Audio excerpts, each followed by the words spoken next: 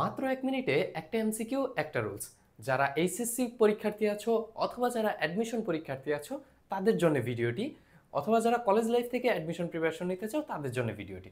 দেখো এখানে বলা আছে the Arabian Nights dash still a great favourite. শূন্যস্থানে কি বসবে, তাই না? অনেকে এখানে নাইটস দেখে প্লুরাল হিসেবে ধরে নেবে এবং তারা কি করবে, অয়ার অথবা আর এই দুইটার ভিতরে একটা তাকাবে, কিন্তু এই দুইটার ভিতরে একটাও অ্যান্সার হবে না। দেখো এখানে দ্য অ্যারাবিয়ান নাইটস বলতে একটা বইয়ের নাম বোঝানো হচ্ছে, অর্থাৎ এইটা সম্পূর্ণ মিলে জাস্ট একটা বইকে বোঝাচ্ছে। এখন একটা বইয়ের নাম যদি বোঝানো হয় তাহলে এটা অবশ্যই সিঙ্গুলার হবে। যেহেতু এটা সিঙ্গুলার সেহেতু এখানে ইজ অথবা হ্যাজ বসবে, তাই না? ইজ অথবা হ্যাজ। এখন হ্যাজটা যাচ্ছে না, কারণ হ্যাজ বসালে অর্থ অনুযায়ী মিলে না, সেই জন্য এটার অ্যান্সার হবে ইজ।